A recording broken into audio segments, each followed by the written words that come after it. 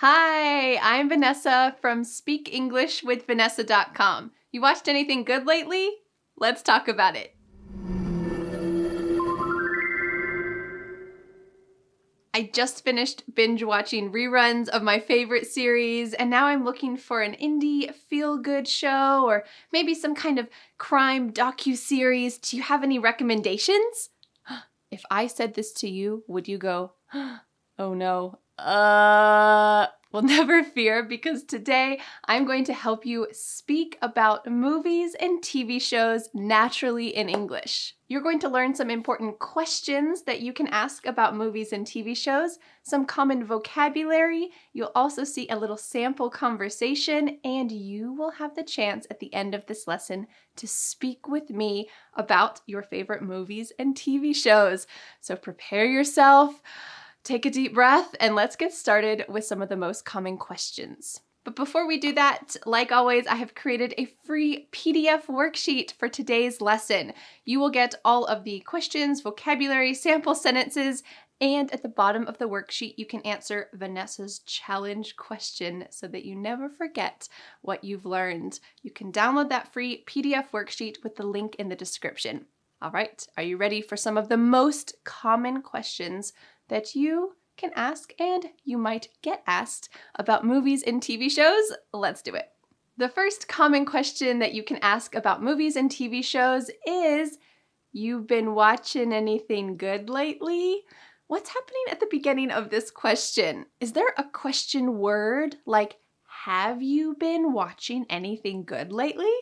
No, in casual daily conversation, sometimes we start questions with just you. You feeling okay? You doing anything fun this weekend? You been watching anything good lately? So you can start this question with just you. A similar variation of this question is, what you been watching? What ya been watching? The full version of this question is, what have you been watching?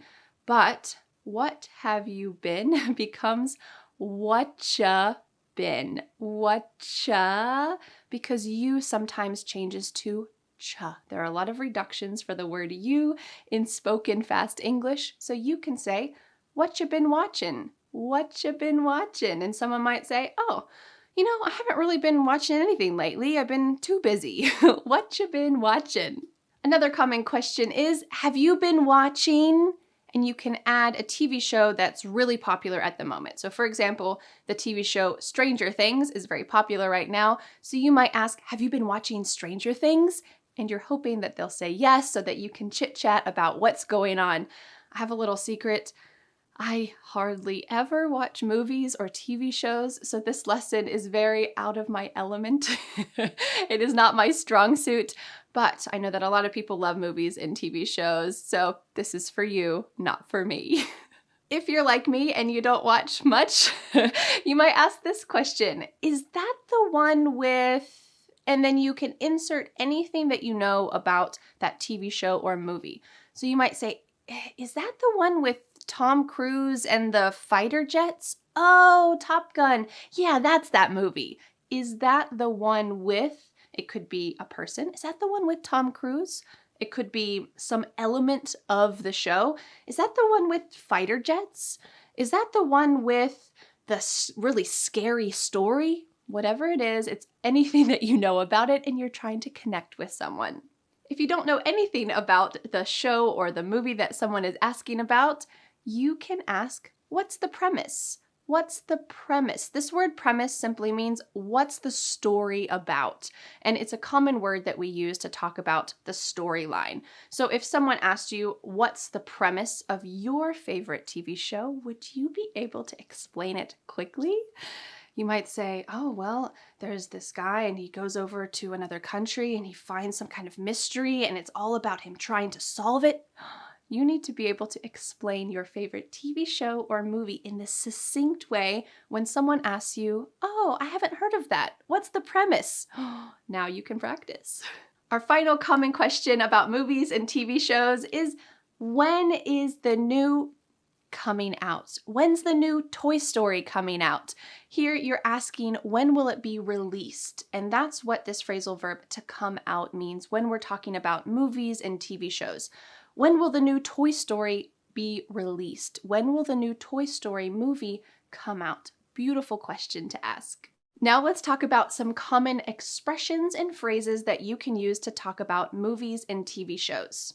Indie. Indie usually means that it is an independently made film. It's not from Hollywood, it's not from a big producer, it's just an independently made film. Maybe it's something about your city or something smaller, but it can be really touching as well. So you might say, Captain Fantastic is one of my favorite indie films of all time.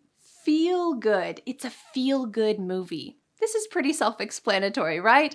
It doesn't make you feel stressed. It doesn't make you feel worried. Instead, it makes you feel good. So you might say, my favorite feel-good movie of all time is The Princess Bride.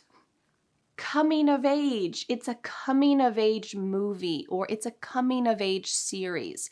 Can you imagine what this means? Someone who is a teenager, or maybe like a 12-year-old, 14-year-old, 17-year-old is becoming an adult. So it's the story of them becoming older and more responsible, moving from childhood to adulthood. So you might say one of the most classic American coming-of-age movies is Stand By Me. A docuseries, or you could say it's a documentary, but a docuseries is several in a series, and a documentary is usually just one. But you might say, I watched a really interesting docuseries on the fall of the Roman Empire. It was fantastic. This is the kind of thing I love to watch. To binge watch, or to binge. Originally, this expression means that you drank too much alcohol. They binged and now they're feeling really sick. So they drank too much alcohol. But in the age of movie streaming and TV show streaming, especially starting with Netflix, this term has been turned into watching series after series after series after series at one time. So maybe you don't sleep all night because you binge watched your favorite TV show. You might say, I can't believe it. I just binged the entire series of The Great British Baking Show. It was great, and I watched it all night. Oops. To be really into something. This just means you love it. You're very interested in it, but a cool way to say it is I'm really into something. So you could say, I'm really into murder mysteries these days. Do you have any recommendations? This is definitely not true for me. Those types of things freak me out and scare me too much. I'd rather watch something feel good. A movie buff or a film buff. You could say, my friend is a movie buff, but really for me, I'd rather read the book. Talking about books, this expression is something I often say, the book was better. Have you ever watched something after you read the book and you were so excited and then you felt just disappointed? You might say, you know what, the Harry Potter movies weren't bad, but the books were better. A series finale or a season finale. Did you see the season finale last night? I can't believe how it ended. This is the final episode of a long series. Usually these are highly awaited and people are anticipating it, and hopefully you're not disappointed by the ending. Dubbed or subtitles. I'd rather watch a foreign film with subtitles than listen to it dubbed. I'm curious what's the case in your country when there is a news report or a TV show in English, for example. Do they show subtitles in your native language, or do they dub the voices? When you dub the voices, it means that someone is speaking over top of the original voice and you can't hear it. In my mind, this is such a shame because you really don't get a chance to listen to the original language. And if you're trying to learn English, that is a big bummer. You want to be able to hear English, and if you see the subtitles in your native language, that's okay. But if someone dubs the voice, then you can't hear the original language at all. I'm curious, what's it like in your country? Let me know in the comments. This next phrase is one that my friends say to me a lot.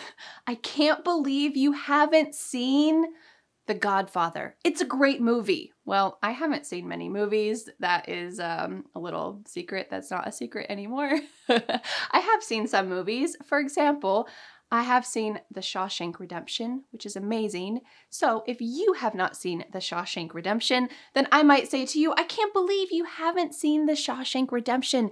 That is a great movie. Highly recommend. If you watch a movie or TV show and you just don't like it, you're not into it, you might say, the ruined it for me. The acting ruined it for me. It was just so awful. The storyline ruined it for me. The premise ruined it for me. Or maybe the last episode just ruined it for me. I can't believe that the season finale was that. It just ruined the whole series for me. Maybe you don't like something because it was hard to follow. It was hard to follow. When I watched the movie Inception, it was hard to follow. I just didn't get it. Maybe my brain is not at that level. It was hard to follow. This means it was difficult to figure out what was going on. And you can even use this expression for anything really that's difficult to understand. So let's imagine that you're sitting in a university lecture and the professor is speaking in English and it's just too fast. You might say, oh man, his English was hard to follow, or that lecture was hard to follow. He just couldn't understand all of the directions that he was taking. It was hard to follow. Our final expression, I don't want to end on a bad note, is a positive one. Let's say you loved the TV show or movie. You might say, I was on the edge of my seat the whole time. And you can imagine what this is like if you're on the edge of your seat. Oh, I can't wait. I want to see what's happening. And your body might be a little bit tense. You might be excited. You might be a little fearful to figure out what's going on. But you are on the edge of your seat because whoever wrote this story had it perfectly laid out so that you were excited to figure out what's going to happen. I was on the edge of my seat. Wonderful. All right, now that we've talked about the most common questions and common phrases to talk about movies and TV shows, now I would like to show you a sample conversation between my husband Dan and I where we talk about movies and TV shows and use some of the expressions and questions that you just learned. I want you to listen carefully because after this, it will be your turn. We are going to have a conversation about movies and TV shows. So let's watch this conversation with Dan and then be prepared. It's going to be your turn. Hey Dan, you watched anything good lately? Oh, hey Vanessa. Yeah, I just started a new show. I like it so much. I binged the whole first season last night. Oh, it must be good. What's it about? Well, it's kind of a coming-of-age sci-fi adventure story about friends who discover aliens in their neighborhood. Oh, I think I've heard of that show. Is that the one with the girl that has superpowers? Yeah, that's the one. I can't believe you haven't seen it yet. Yeah, I read the book and I think the show would just ruin it for me. The book's always better, right? Well, that's true, but I was on the edge of my seat the whole time. Oh, well, you want to borrow the book? Yeah, I'd love to. See you around. See you later. All right, now it's your turn. Let's imagine that we work in the same office together and we're walking around during our break time. I'm going to ask you a question and we're going to have a little casual chit-chat conversation about movies and TV shows. This is an extremely common casual conversation topic, so I want you to reply to me. If you need to pause this video and go back and repeat this section, please do that. It is a great chance to speak out loud, low pressure, no one needs to listen to you unless you want them to, and you can practice speaking out loud and use what you've just learned. Are you ready? All right, let's go on our break at the office. Hey, I'm thinking about watching a movie this weekend. Do you have any recommendations?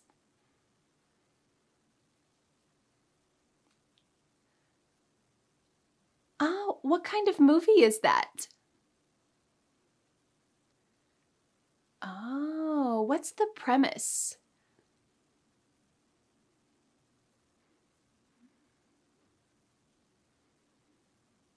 That sounds great. Thanks for the recommendation. I'm not much of a movie buff, so I always like hearing what other people recommend. Well, thanks so much. See you later. All right, how did you do? I hope that you could gain some confidence to speak about movies and TV shows today. And I want to know in the comments, tell me your favorite movie or TV show in English. Let me know what it is and we can get some recommendations from each other as well, especially me. Maybe I need some recommendations because I don't know what I'm doing with movies and TV shows. Well, thank you so much for learning English with me, and I'll see you again next Friday for a new lesson here on my YouTube channel. Bye! The next step is to download the free PDF worksheet for this lesson. With this free PDF, you will master today's lesson and never forget what you have learned. You can be a confident English speaker. Don't forget to subscribe to my YouTube channel for a free English lesson every Friday. Bye!